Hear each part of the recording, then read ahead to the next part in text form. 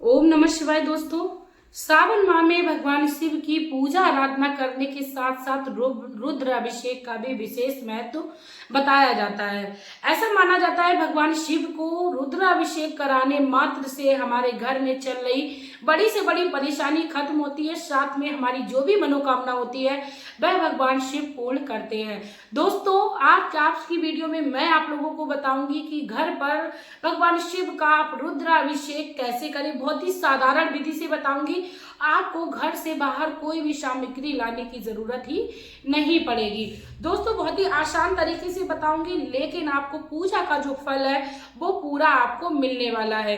दोस्तों, भगवान शिव को प्रसन्न करना बहुत ही ज्यादा आसान है, क्योंकि भगवान शिव बहुत ही भोले वाले हैं। अपने भक्तों के एक लोटा जल मात्र से प्रसन्न हो जाते हैं और भक्तों की सारी परेशानियों को हर लेते हैं। अब बात करते हैं भगवान शिव को आपको किस तरीके से अपने घर पर ही रुद्र अभिषेक कराना है और संपूर्ण पूजा का फल आपको प्राप्त कर लेना है। मैं मेरे आराध्य श्री लक्ष्मी नारायण को मैं कोटि कोटि प्रणाम करती हूँ, मैं उनको कोटि कोटि नमस्कार करती हूँ। दोस्तों, भगवान शिव जैसा कि बोला जाता है इस श्रावण माह में पृथ्वी पर भ्रमण करते हैं, पृथ्वी पर आते हैं, अपने भक्तों का संग अपने भक्तों की रक्षा करते हैं, साथ में अपने भक्तों के घर में किसी ना किसी रूप में जरूर आके अर्जी लगाते हैं। तो आप लोगों को भी भगवान शिव की कृपा को पाना है, तो आप लोगों को सबसे पहला जो काम है वो ये करना है कि भगवान शिव के स्वागत के लिए आपको हमेशा ही तैयार रहना है। यानी आपको अपने कोमल हृदय से भगवान शिव का आवाहन करना है कि हे महादेव, आप हमारे घर में, आप अपने समस्त परिवारजन के साथ जरूर आए। क्योंकि जैसा कि मैंने बताया कि इस पृथ्वी पर भगवान शिव भ्रमण करने के लिए आते हैं, तो आपको भी इस तरीके से प्रार्थना करनी है। भगवान शिव आपकी मनोकामना जरूर से पूरी करेंगे। अब बात करते हैं कि आप अपने घर में किस तरीके से रुद्राभिषेक कर सकते हो, बहुत ही थोड़ी सामग्री से। कि आपको उससे पहले मैं एक रिक्वेस्ट करना चाहूंगी कि प्लीज यदि आप लोग मेरे चैनल पर नए हो तो चैनल को पक्का सब्सक्राइब करिए, वीडियो को लाइक करिए, कमेंट में मेरे मोटिवेशन के लिए प्यारा सा कमेंट करिए। अब बात करते हैं रुद्राभिषेक के लिए आपको कौन कौन सी सामग्री है जो यूज में लेनी है, जिससे आपको आपकी पूजा का फल प्राप्त हो जाए। दोस्तों, नंबर 1 पे बात करते हैं कि आपको जल लेना है, अपने घर से जल लेना है। उससे पहले तो कुछ जान लेते हैं कि आपको रुद्राभिषेक कराने के लिए भगवान शिव की शिवलिंग को किस तरीके से तैयार करना है। दोस्तों, जैसा कि आप श्रावण के सोमवार में रुद्राभिषेक कराने का सोच रहे हो, तो श्रावण के सारे दिन ही बहुत ही ज्यादा खास होते हैं भगवान शिव के रुद्राभिषेक के लिए। लेकिन यदि आप सोमवार के दिन का ही सोच रहे हो, आप अपने घर में रह के सोमवार के दिन रुद्राभिषेक करोगे, तो आपको क्या करना है, क्या नाम, संडे के दिन आपको अपने घर पे मिट्टी लानी है। आपको याद रखना है, एक दिन पहले लानी है, या आप चाहें तो 2 या 3 दिन पहले भी ला सकते हो, क्योंकि बारिश का मौसम है। तो जब आप उस पे आप मिट्टी लाएं तो आपको सबसे इम्पोर्टेंट काम जो करना है वो ये करना है, मिट्टी के आते ही आपको उसमें तुरंत ही पानी डाल देना है, तुरंत ही पानी डालना है। बहुत ही ज्यादा खास बताया है, प्रदीप मिश्रा जी भी अपनी भागवत में इस बात को बताते हैं कि आपको ऐसा नहीं करना है मिट्टी लाके आपने रख दी और आप उसमें बाद में शिवलिंग चाहे आप बाद में बना लीजिए, लेकिन मिट्टी को लाते ही आपको तुरंत ही पानी डालना है, जिससे आपके पितृ दोष भी शांत हो जाए, आपको कई प्रकार की दोषों से मुक्ति मिलेगी। शिवलिंग बना लीजिए, आप उसको सुखा लीजिए, फिर सोमवार के दिन उस शिवलिंग को आप चाहें तो किसी थाली पर स्थापित कर लीजिए, बड़ी सी आप पारात आती है उसमें भी स्थापित कर सकते हो। आप अपने एक उसके अकॉर्डिंग देख लीजिए आप किसमें स्थापित कर सकते हो, उसमें कर लीजिए। अब आपको क्या करना है, भगवान शिव की पूजा में रुद्राभिषेक जैसा कि करना बहुत ही ज्यादा विशेष महत्व बताया जाता है। इसमें कई प्रकार के द्रव्यों का यूज किया जाता है, जैसा कि जल हो गया, आपके घर में आसानी से मिलेगा।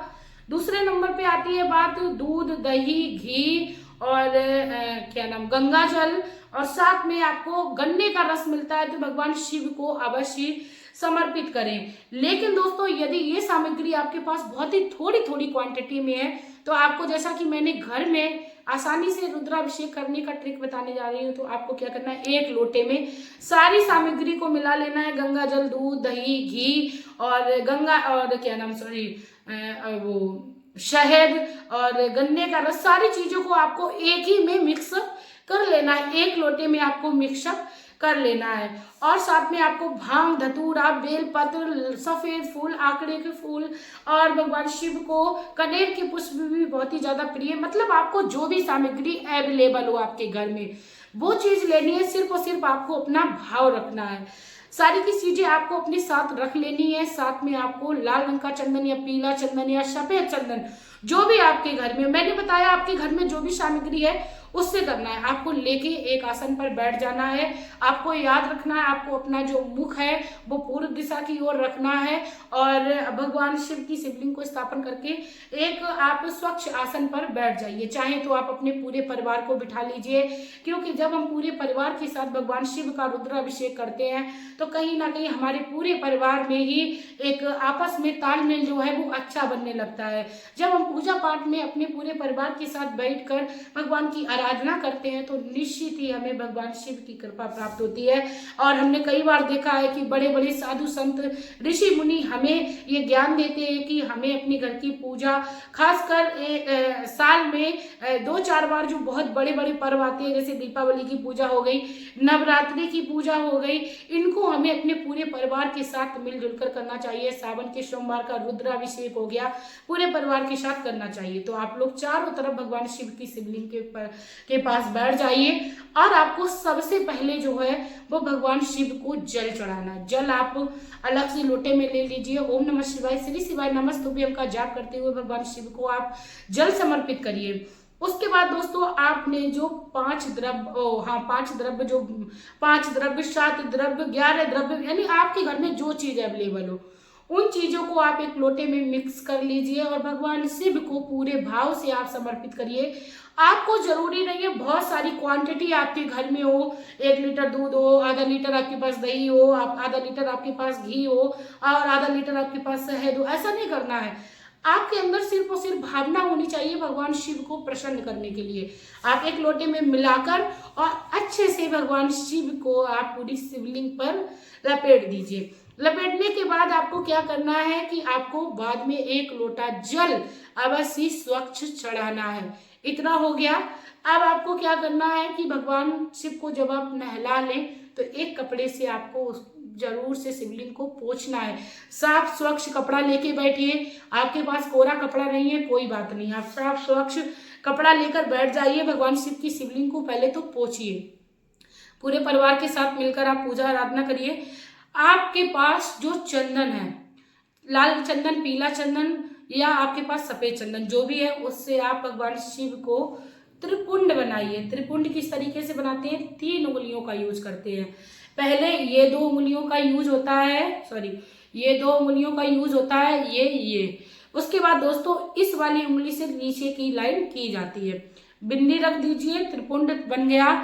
अब आपको क्या करना है? भोग। बात आती है भोग की, तो आप अपने घर में स्पेशली भोग, चाहे तो कुछ पंचामृत का भोग बना सकते हो, नहीं तो आप अपने घर में खीर बना सकते हो। अगर आपके घर में कुछ भी नहीं है तो आप ड्राई फ्रूट्स जो कि हर किसी के घर में होते हैं, जैसे मखाने, किशमिश, काजू, बादाम, आपके घर में जो भी चीज अवेलेबल हो, जरूरी नहीं है सारी चीजें हो, आप ड्राई फ्रूट से भगवान शिव का भोग लगा सकते हो।